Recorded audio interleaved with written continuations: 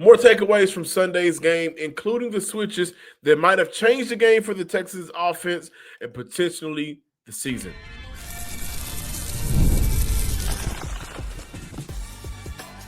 You are Locked On Texans, your daily podcast on the Houston Texans. Part of the Locked On Podcast Network, your team every day. Battle Red Nation, from H-Town to your town, today's episode. And every episode of the Locked On Texans podcast is for Texan fans all around. Got a fun show for you today. We're going to dive into some of the switches that changed the game for Houston on Sunday. And those switches could potentially save the season for Houston on the offensive side of the ball. A good one-on-one conversation with Azeez Al-Shaair in the second segment, so stick around for that. That conversation will end off with Demeco Ryans just essentially said they are calling y'all the number one defense. The numbers even show you're the number one defense, but I need for y'all to step up to the plate on Sunday and prove it, which is what the Houston Texans defense did when their back was against the wall on their final drive from the Jags. Also, what's next for Houston? That's an important discussion to be had and a conversation to be had because they win on Sunday, a couple teams lose.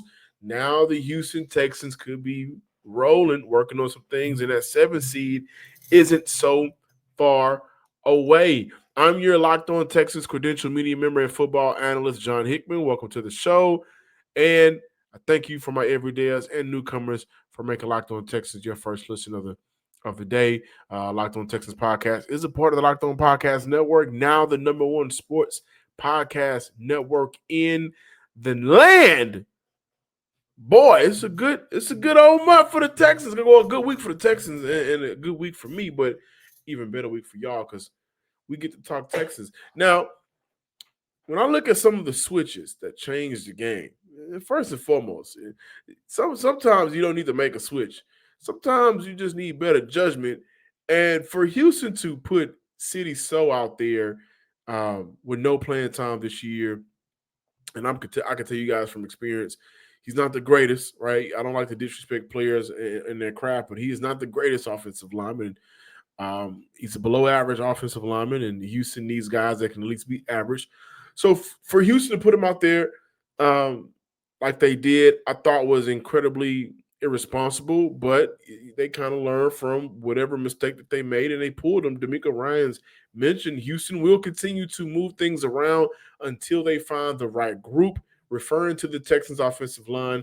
When asked about Sidy Sow playing time, he was pulled after 9 snaps. First play of the game offensively, Sow beat with a swim move immediately off the line of scrimmage at the snap. On Houston's second offensive drive after the fumble kickoff return, Sow pulls and completely misses Gardnick, resulting in a tackle for loss. That was the first play of that drive. On 2nd and 7, he gets beat bad again, nearly for a sack, but Davis Mills spins out and completes the pass. And after Houston converts the first down on that same drive, they pulled him from the game, and that was the end of his day in just 9 snaps. So had a pressure rate, an allowed pressure rate of nearly 29%. They then inserted Juice Scruggs at right guard, who finished the game with an allowed pressure rate of 9.5%. So obviously, Juice Scruggs, who has played some football for Houston this year, up and down, I think, season, up and down career for Scruggs, honestly. But let's play out some good moments, some good splashes here and there, been able to kind of string along a good drive or two. So they put him in at right guard in the offensive line from that point. Just looked completely better, looked cohesive, looked like they played in sync, and I think that helped out not only Davis Mills, but the productive run game Houston had on Sunday. It was a wrong decision before the game, and Houston should absolutely not go back to it. So Demeco Ryan says things like, hey, listen, and I could be nitpicking, but this is not a nitpick conversation because the offensive line has been so much of a controversial conversation all year, dating back to how Houston addressed the offensive line in the offseason.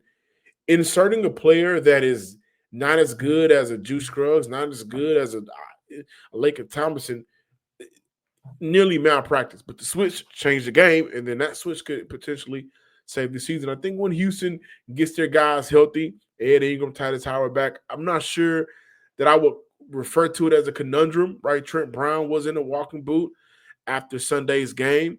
So not sure if he's going to be ready to play against Tennessee. If he is ready to play, should Houston flirt with the idea of putting Brown at right tackle, Howard over at left guard, inserting Ingram back at right guard?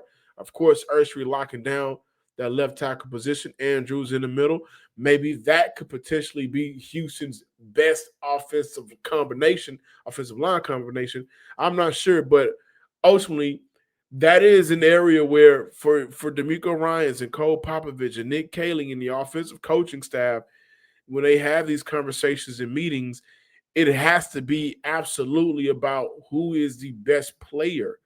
And there's been nothing about Sidy Sow, that warrants him being out on that field over Juice Scruggs. Honestly, over Laken Tomlinson. So glad that Houston made that decision in game to move on and put Juice out there. And again, it boded well for Davis Mills and also the offensive line running blocking for a running back duo that rushed the ball season's best 5.9 yards per carry altogether. But a switch that I think changed the game for Houston and the outcome for Houston, and also could potentially change the game for the Houston Texans throughout the year.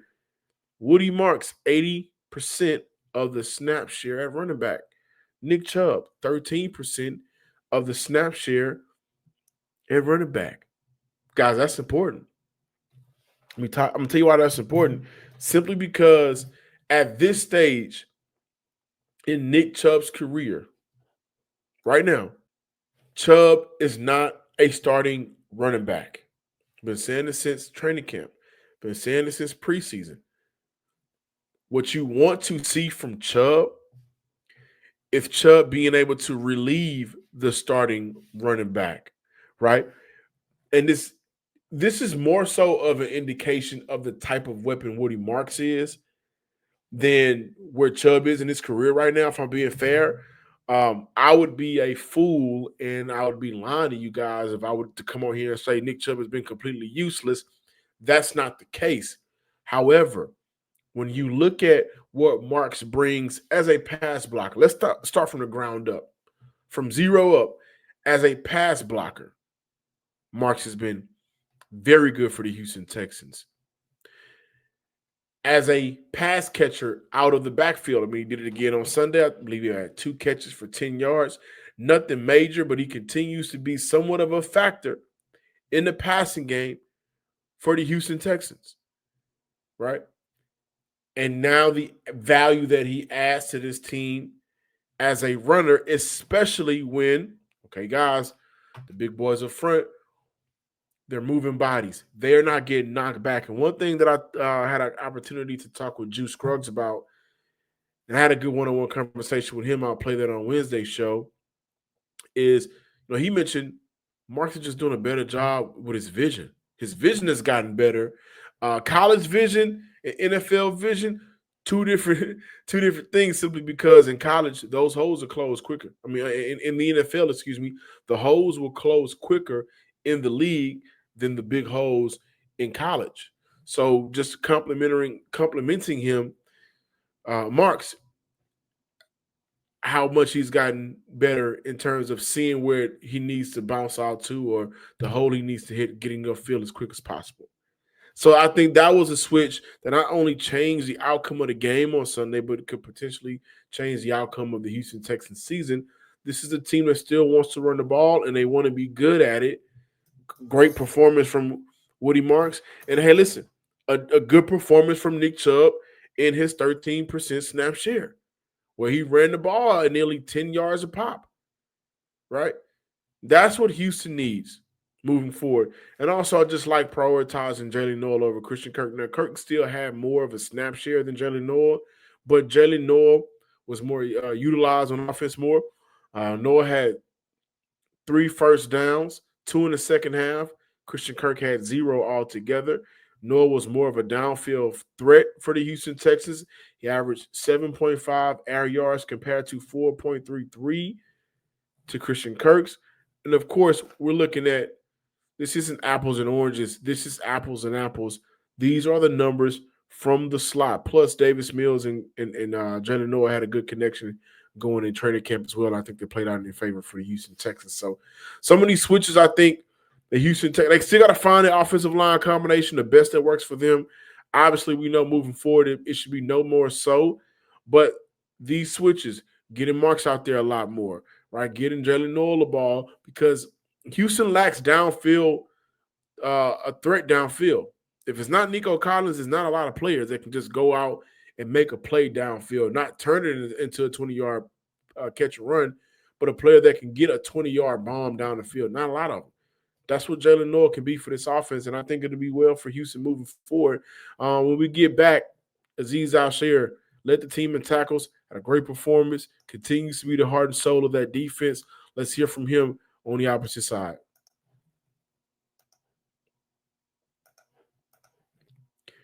But first, Texan fans, it's very important to look at making your business run smoother. Also, if you're a business owner, here's the truth. Promises to make work easier are not always kept. But now the average company is buried by hundreds of apps that slow down your teams and simply don't work together. That's not SaaS. That's sad. Software as a disservice. That's why you need Rippling. Rippling is the unified platform for global HR, payroll, IT, and finance all in one place. They've helped millions of businesses replace a mess of disconnected tools with one system designed to give leaders clarity, speed, and control. Everything from onboarding to payroll to IT access runs automatically and perfectly in sync. It's seriously simple to use and gives companies one source of truth for their people, data, and everything they touch. Right now, you can get 6 months free when you go to rippling.com/lockedonnfl.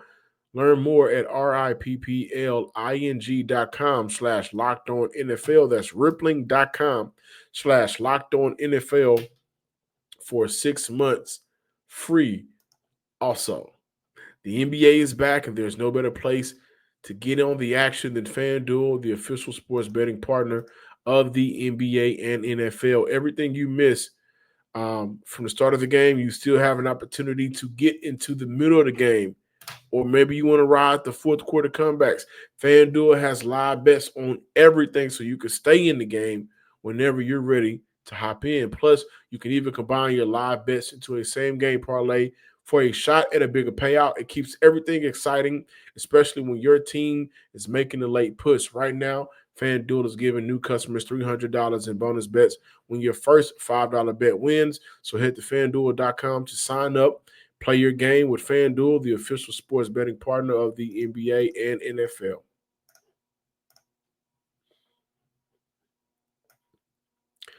Sunday's matchup was the first time this season the Texans defense went out there with time on the clock and was able to walk out of the stadium, whether at home or away, with the win.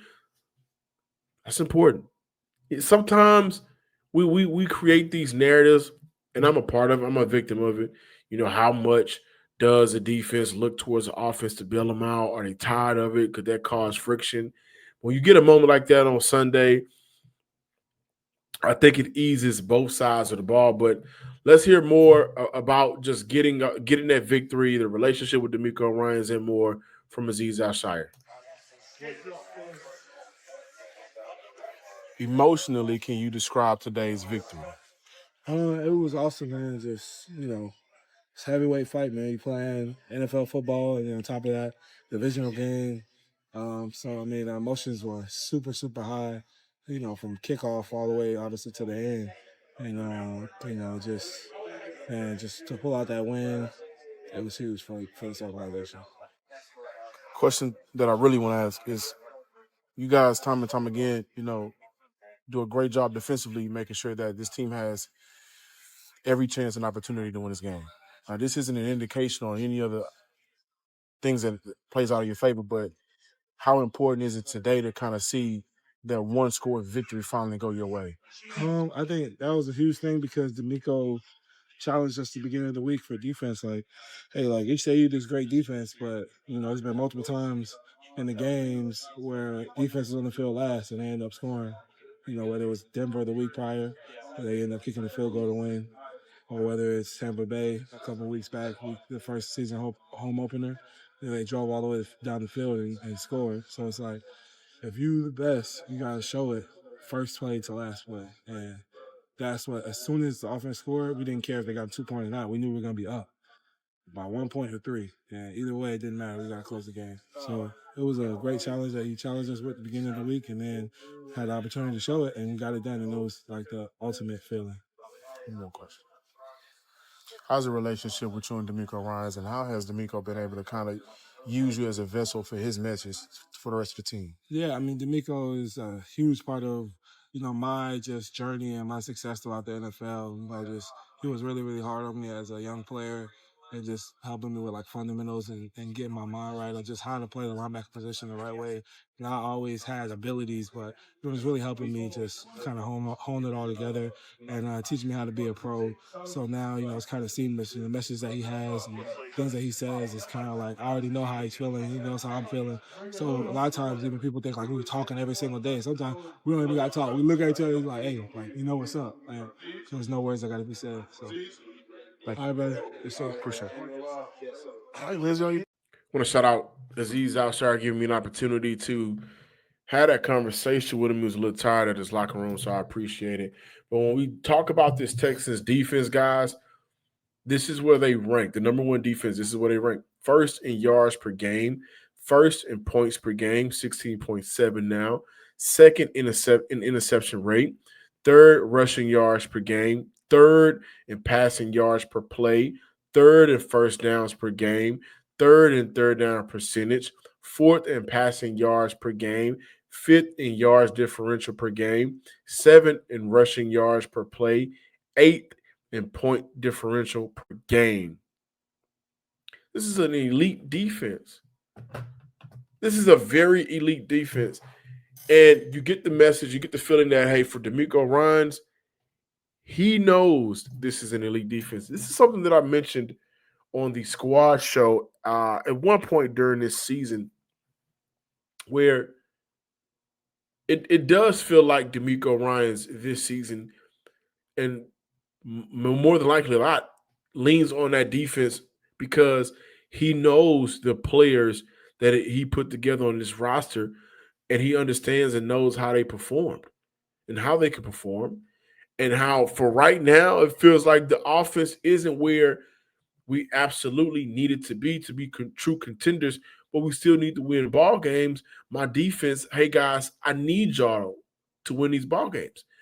And listen, I love Demeco Ryans talked about. He said, listen, we are going to have to make Trevor Lawrence beat us with the throw.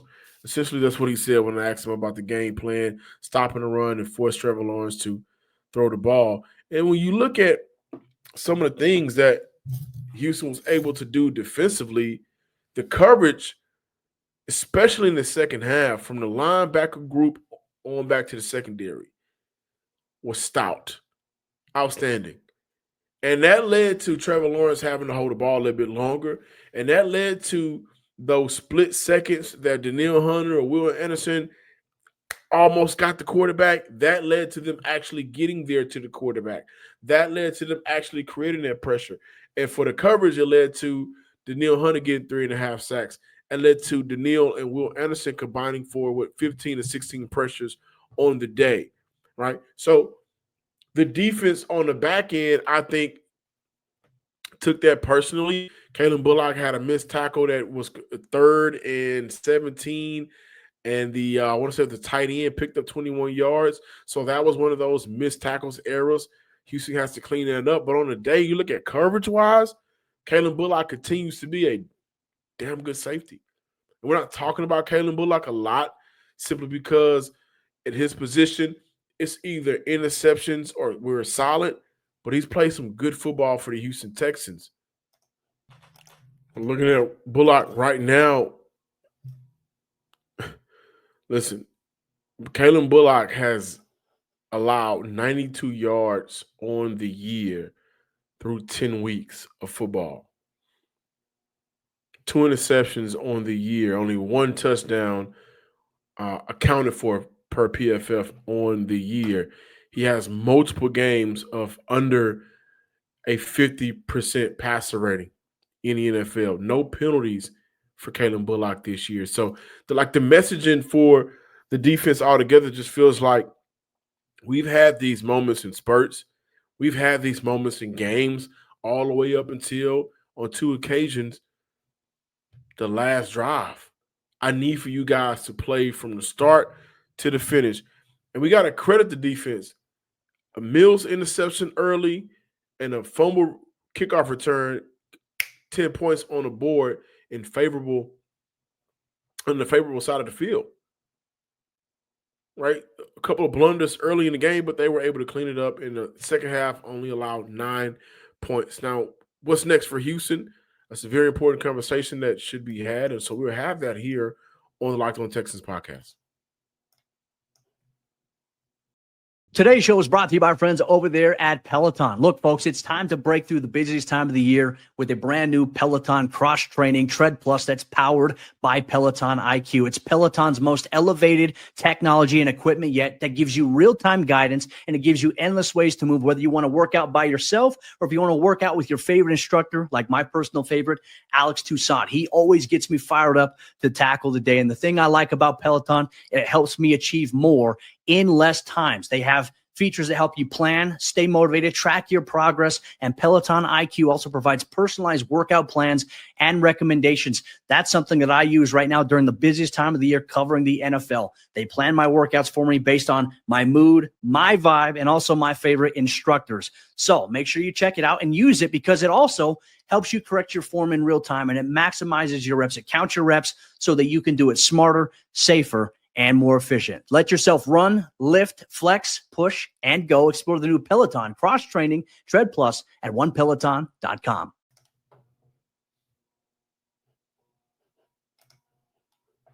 Closing out today's show with the conversation, what's next for the Houston Texans? Well, a few things that are next for Houston. Side note, Derek Stingley, 4 targets, 1 catch, 9 yards, interception. Plus, he also had a negative 3.1 opponent EPA. Just continues to play lights out. But what's next for Houston? Houston takes on a incredibly bad Tennessee Titans teams on Sunday. If Houston wins and if the Jags lose to the Chargers and if the Chiefs lose to Denver, Houston will be in the 7th seed. So what's next for the Texans?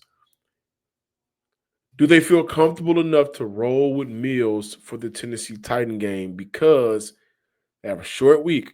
They got the Titans on Sunday. They take on the Bills at home on Thursday Night Football. They're going to absolutely need their quarterback, C.J. Stroud, in that game. So do they feel like the game plan that they have for Davis Mills is sustainable enough against a Tennessee Titan team, albeit a rivalry, AFC South, and I understand it in the background of it. But can Davis Mills beat Tennessee? Do they absolutely need to insert C.J. Stroud in that game? I'm going to go out on a limb and say I think Davis Mills will be good enough to beat the Tennessee Titans. I think the product that the Houston Texans put out on the field in that second half and in moments in the first half will be good enough to beat the Tennessee Titans. And that conversation leads us to, can the offensive line, which includes Jared Patterson and left guard, be good enough to close out the year? There were moments in that game on Sunday, specifically the Dalton Schultz touchdown and the Woody Marks rushing touchdown, where that offensive line, and those moments were not few and far between. They were a little bit closer together. But that offensive line looked the best it had looked all season. And I'm not just talking about pass protection. I'm talking about both pass protection and run blocking. The offensive line were absolutely collectively the stars of their second half. So they need to build off of that. And Jared Patterson, a guy that I think, when you look at how Patterson plays, he continues to just go find a body. He searches for somebody to put a hat on, and he likes to get to the second level. So is that offensive line sustainable? Is that performance sustainable or not?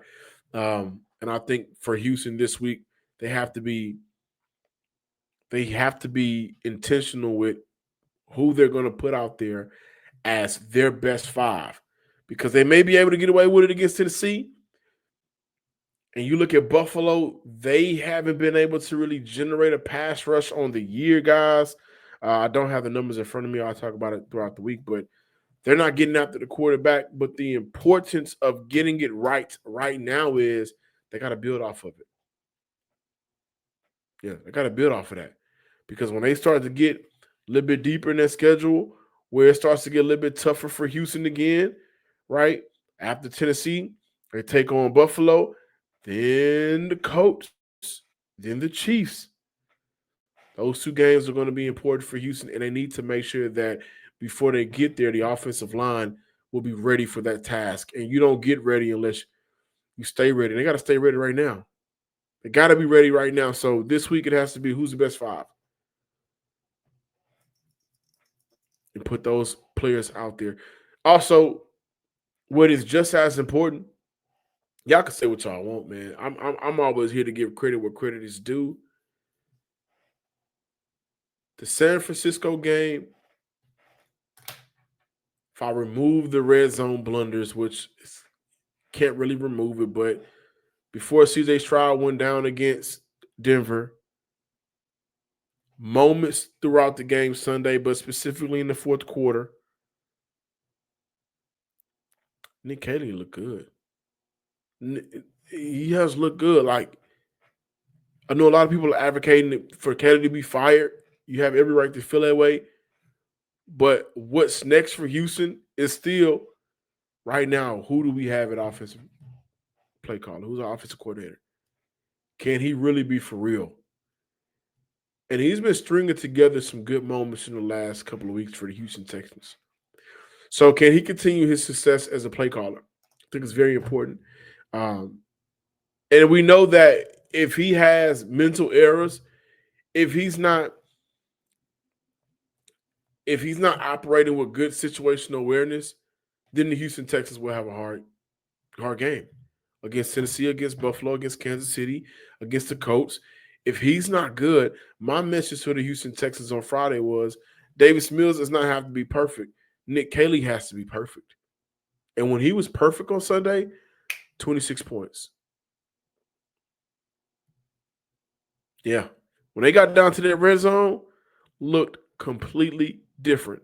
Why? Offensive line gave him some time back, gave the quarterback some time out there. They also got busy running the ball. My favorite play of Sunday was Ariante Ursery in open space, leading the way for Woody Marks running a touchdown. That was my favorite play. But all of these things work in conjunction together. And what's next for Houston is they have to figure out who's the best combination on offensive line. And Nick Caley needs to be in those conversations, of course, and understanding that these, how can I put this? These are the guys that I need to give my quarterback the time and give my running backs rushing holes to run through. And if these things are executed well, then my offense will work to nearly perfection. Of course, perfection in the NFL is a small margin. It can go bad to good, thin line between those two. But Houston needs them to be as good as possible. Thank you for watching today's episode of the Locked On Texans podcast. Please be sure to subscribe, like, and comment on YouTube wherever you listen to your podcast, and follow me on Twitter at John_Hickman12. Until next time, ladies and gents, Texan fans around the world, peace.